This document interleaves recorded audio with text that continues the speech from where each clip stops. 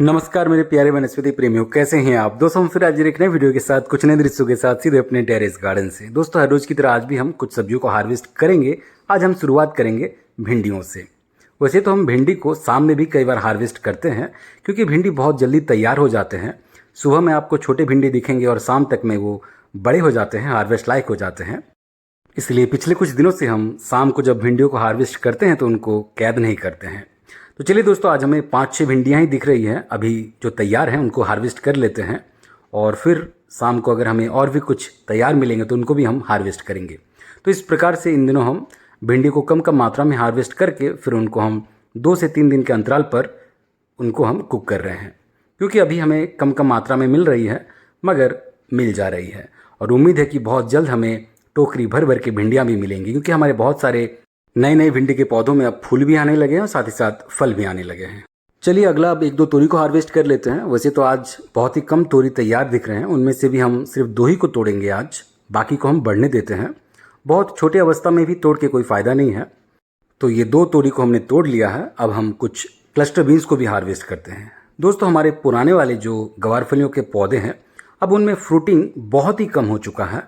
बहुत सारे cluster beans के पौधों को हमने उठाकर अब फेंक भी दिया है। हमारे नए नए गवारफलियों के पौधे भी तैयार हो रहे हैं।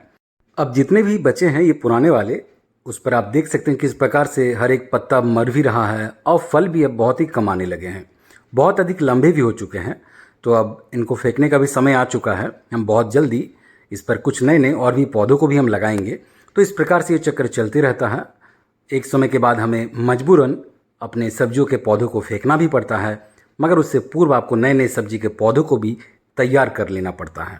तो चलिए दोस्तों आगे बढ़ते हैं। अब हम कुछ लॉन्ग बीन्स को भी हार्वेस्ट करते हैं। क्लस्टर बीन्स के अलावा इस वक्त हमारे टेरेस पर जो एक और बीन सबसे ज़्यादा हमें मिल रहे हैं वो है लॉन्ग बीन्स।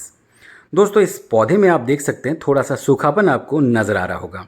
इसके पीछे वजह है कि हमने पिछले कुछ घंटों से इस पर पानी नहीं दिया है। आप देख सकते हैं जो मिट्टी है बहुत ही सूखा हो चुका है। हालांकि इस पर हमने गुड़ाई भी किया है। तो बरसात के दिनों में या आप ऐसे भी कभी कभी कंटेनर्स में थोड़ा सा सूखापन लाए तो इससे पौधे जो है वो तेज़ी से बढ़ने भी लगेंगे। आप हालांकि कुछ घंटों के बाद फिर से इस पर पानी दे दीजिए, लेकिन इसको इतना भी नहीं सूखा करना है कि पौधे ही मर जाए। तो इस प्रकार से कभी कभी आपको हर पौधे में करना चाहिए। आप हमेशा एकदम से पानी रोज डालते रहिए, ऐसा करना उचित नहीं होता है। सब्जी के पौधे में कभी कभी उसकी मिट्टी में नमी को ख़त्म भी करना चाहिए, ताकि आपको ढंग से फलियाँ मिलती रहे, ढंग से फ्रूटिंग आपको मिलते रहे। बरसात के दिनों में वैसे भी मिट्टी में नमी हमेशा बनी रहती है। तो कभी कभी अगर आप देख रहे हैं कि 1-2 दिन से बरसात नहीं हो रही है, फिर आप इस प्रकार से अपने कंटेनर्स में कर सकते हैं।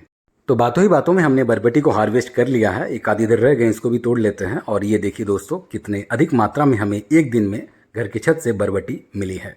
तो चलिए एक और सब्जी को हार्वेस्ट करते हैं जिससे हमारे सागों की कमी भी पूरी हो जाए। दोस्तों हम बात कर रहे हैं बचलू यानी कि पोई की। जी हाँ दोस्तों, आज हम इसके पत्ते को भी तोड़ेंगे और साथ ही साथ इसके डंठल को भी कट करेंगे। इस प्रकार से बीच बीच में आपको इसके डंठल को काटना चाहिए।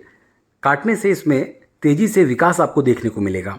खास करके बरसात के दिनों में बहुत ही तेज़ी से बढ़ते हैं, इसीलिए आप समय समय पर इस प्रकार से काट लिया कीजिए।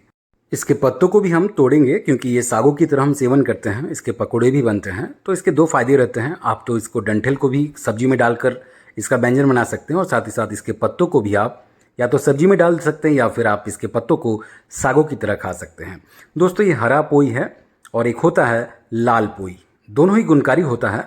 हमने लाल पोई को भी लगा रखा है, उससे भी हार्वेस्ट लेंगे, मगर उससे पूर्व आप इसको देखिए। दोस्तों इस प्रकार से अगर आप काटते हैं तो तेज़ी से फिर से नए नए डालियाँ निकलती हैं और फिर आपको भरपूर तरीके से रोज़ाना घर के छत से ही पोई खाने को मिल जाएंगे। तो चलिए दोस्तों लाल पोई को भी हार्वेस्ट कर लेते हैं, क्योंकि लाल पोई भी हमारे तैयार हो रहे हैं। हम बीच बीच में बहुत बार इससे हार्वेस्ट भी लेते रहते हैं और आज हम फिर से थोड़े से डालियों को काटते हैं और साथ ही साथ कुछ पत्तों को भी हम छांट लेते हैं, ताकि पत्ते साग की तरह हम यूज़ कर पाएँ। तो बरसात के दिनों में जब सागों की घोर कमी होती है, जब हम सागों को खाने से अवॉइड करते हैं, तो आप इस प्रकार के वनस्पति को सागों के स्थान पर सेवन कर सकते हैं। दोस्तों ये बहुत ही गुणकारी होता है। इसको गुणों को लेकर हम बहुत जल्द एक सेपरेट सा वीडियो अवश्य साझा करेंगे। तो ये देखिए, इसको आपको हम दिखाते हैं, ये बहुत ही ताज़े हैं। दोस्तों इसको हम चलिए कहीं और लेके चलते हैं, थोड़ा साफ जगह पर, फिर आपको हम दिखाते हैं। ये देखिए दोस्तों, घर के छत पर उगे शुद्ध ऑर्गेनिक पोई बहुत ही गुणकारी होता है। आप बहुत ही आसानी से पोई जैसे वनस्पति को भी घर के छत पर अलग अलग कंटेनर्स में उगाकर उसके स्वाद का आनंद ले सकते हैं।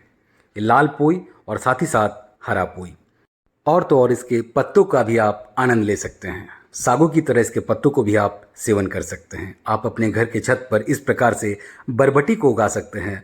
हमारी तरह रोज हार्वेस्ट ले सकते हैं। आप घर के छत पर तुरई जैसे सब्जियों को उगा सकते हैं। तुरई जैसे जो बेलों में सब्जियां होती है, सभी प्रकार की सब्जियों को आप उगा सकते हैं। आप भिंडियों को उगा सकते हैं। आप कबार की फलियों को उगा सकते हैं। अर्थात आप हर प्रकार की सब्जियों को घर के छत पर उगा सकते हैं और हमारी तरह ऐसे ही मॉडर्न फार्मिंग को परिभाषित कर सकते हैं। हमारी तरह हर रोज अपने घर के छत से हरे सब्जियों को हार्वेस्ट कर सकते हैं, उनके ऑर्गेनिक स्वाद का लुत्फ उठा सकते हैं। दोस्तों, इस वीडियो को यहीं विराम देंगे। आज का हार्वेस्ट कैसा रहा, वीडियो कैसा लगा, अवश्य अपनी राय हमें कमेंट बॉक्स में साझा करें। अगर चैनल पर नए हैं तो चैनल को सब्सक्राइब कर लीजिएगा, बेल आइकन दबा लीजिएगा, क्योंकि हम इसी प्रकार के क्रेजी, इंटरेस्टिंग और इन्फॉर्मेटिव टेरेस गार्डनिंग के वीडियोस हमेशा आप तक लाते रहते हैं। हमारे पिछले वीडियोस पर भी अपना प्यार अवश्य देते रहिएगा। मिलते किसी अगले वीडियो में, तब तक अपना ख्याल रखें। बहुत बहुत धन्यवाद आपका हमसे इसी प्रकार आगे भी जुड़े रहें।